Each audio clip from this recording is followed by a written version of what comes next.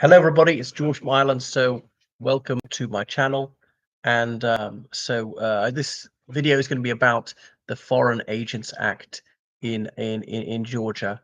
And so it's a contentious piece of legislation which has been debated for several months already and allegedly modeled on the Russian equivalent. It's put forward by the Georgian Dream Party, which is the majority in the Georgian parliament. Um, it's brought tens of thousands of people on the streets protesting, and that is a very significant number in a country of only 5 million people. So President Salome Zurabishvili, she vowed to veto the legislation, and indeed she did exercise her presidential prerogative of veto a few days ago. But the Georgian Dream Party said that they will use their supermajority to override her veto, and they're in the process of doing so, and they're very likely succeed. But they did offer to negotiate with her to tone down what she might perceive as the more objectionable clauses in the bill. Um, People have accused Georgia Dream Party of having the police use excessive force against peaceful protesters. So the president, Zarobashvili, she's a French Georgian, which I think also used against her. Born in Paris to Georgian parents, a dual citizen, and indeed was a diplomat in the French diplomatic corps, and it was actually France's ambassador to Georgia. And her foes is really French and not properly Georgian. So 80% of Georgians aspire to European Union membership, and Georgia achieved EU candidate status last year, but it is a long and winding road from there to full membership. Turkey got candidate status in 1987, but negotiations have been frozen since the latter Erdogan years. Anyway, so the European Union External Action Commissioner Josep Borrell, he very much disapproved of the law that Georgia is in the process of passing, saying considering what will happen. So it may well that negotiations be frozen. Even if it weren't for the Foreign Agents Bill, I would think Georgia would not get into the European Union for at least several years.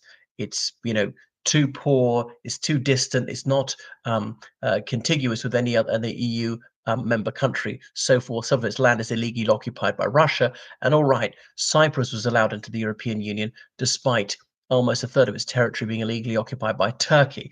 But that's partly because the Greeks pushing for them, and the Greeks weighed in, say if Cyprus doesn't get in, nobody gets in 2004. Um, Anyway, so some people have said this is Russian legislation, it's Kremlin inspired.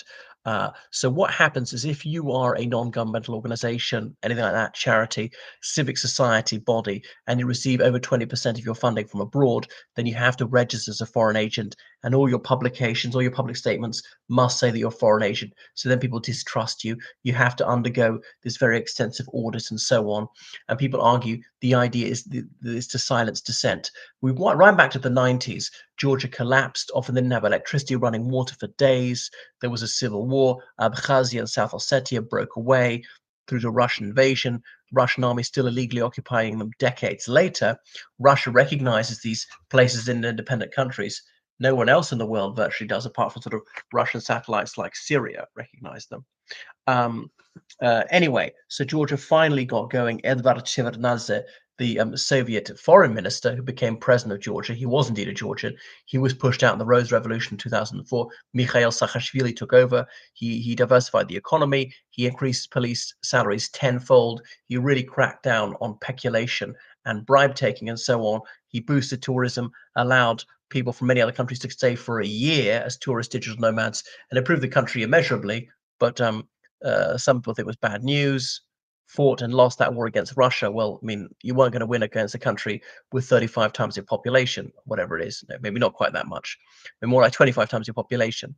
Anyway, but in the 90s, when there's very little money sloshing around, NGOs with foreign funding were the few places to get a decent salary. And so ambitious, bright young Georgians started working for these foreign NGOs, and people say that led to excessive influence from other sources. Now, Georgian Dream has significant support, and there was a march to the family the other week.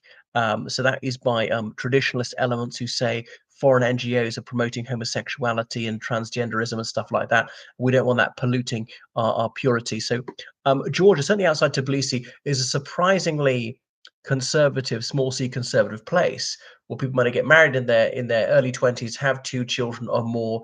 Divorce is unusual and so on. Homosexuality is very much disapproved of, hardly ever mentioned, and so on, quite straight down the line into gender roles. Even though it's a Christian country. Uh, so what else? So a lot of people been demonstrating in Independence Square, right in the heart of the capital city, Tbilisi, saying that the Georgian Dream Party ought to drop this legislation. Anyway, and people chanted the slogan "No to the Russian law, no to the Russian regime," because the Georgian Dream Party has improved relations with Russia considerably since they came to office. Several years ago, Russia banned all flights to and from Georgia, and that hit the Georgian tourist industry, which relies on that quite a lot. There were sanctions. Of the Russians claimed that various Georgian drinks and food items were unsafe. Yeah, and it was really just an excuse to hurt their economy. It was because some Georgians have protested against a Russian hyper-nationalist politician visiting their country. And since the Ukraine war, that September 2022, the draft, tens of thousands of young Russian men fled the draft. So Georgia's about 2% ethnically Russian before that, and it more than doubled. And now some of them have gone back as the draft isn't that large scale, beginning to feel it's safe. And often they couldn't stay for more than 3 months at a time. That influx of Georgia of Russians was a mixed blessing, a bit of a boon to the economy. On the other hand, drove up rents in places like Tbilisi. Um, but certainly, it's been good for the economy, a bit of fillip to the economy, and flights restored between Georgia and indeed Russia. But how can you behave friendly towards a country that's illegally occupying something like 20% of your national territory? But if you can't beat them, join them. But Russia's a bit less of a threat because it's so distracted in Ukraine. On the other hand, should they win in Ukraine, they could turn their guns on Georgia, and obviously Georgia would be a far easier target because it's a fraction of the size of Ukraine in both population and land area. Okay, so President Zurabashvili said that Georgia's future is Western, and they want to join the European Union. They would like to achieve close links with the United States and so forth, and that's the only way they can have democracy. And they don't want to be bullied by Russia as they were for centuries beforehand. So the European Union has been openly opposing this. Is this interference in internal affairs? Well, arguably not, because you've invited the European Union into your internal affairs. And if you want to join the European Union, then your laws have to be in consonance with EU principles. Anyway, the US government has also strongly spoken out against this. Now, if they're receiving American largesse, I suppose they're going to have to listen to these preachments from Antony Blinken. So the United States, they announced sanctions on Georgian politicians and bureaucrats whom they said were behind this legislation, which the United States considers to be an attack on democracy.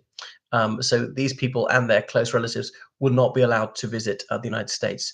So the Georgian Dream Party was founded by Bidzina Ivanishvili, a Georgian businessman, billionaire, who still owns considerable concerns in Russia. So is he have his arm twisted by Putin, or maybe not quite? It could be the other way around, sweet talked in return for whatever concessions to his business empire in Russia. So where will it end? I mean, I think the law is going to pass. And that's really going to set them back on the path to join the European Union. They will not get into the European Union unless it's repealed. And who knows, in several years, it may be repealed. But I think even if it weren't passed, they wouldn't get into the European Union for quite some time. There's several countries ahead of them on the list to join the European Union, like Albania, like North Macedonia, and so on. I mean, not that I'm a Europhile, but yeah, as I'm a European citizen, I think we should allow a country to join the European Union this year. It could be Albania, it could be North Macedonia. I don't really care. One of the ones that's most ready, partly to prove to Ukraine that there is hope. It will happen one day. I don't want the Republic of Ireland to be in the European Union. I would like us to withdraw. I would like us to fuse with the United Kingdom again. Now, I don't consider it remotely probable. We are where we are. It's like Rab Butler said, politics is the art of the possible. So, I mean, as my country is in the European Union, let's make the best of it. And I can see how even deeper integration, maybe could make more sense. I just think it's over expanded, but I don't think it has to expand endlessly. So it has slightly has over expanded, but the priority is to save Ukraine. and letting in a small country into the EU will be part of doing that. Anyway, thank you for watching. Make sure you subscribe on Patreon, donate on PayPal. Good night. And look at my fingernails.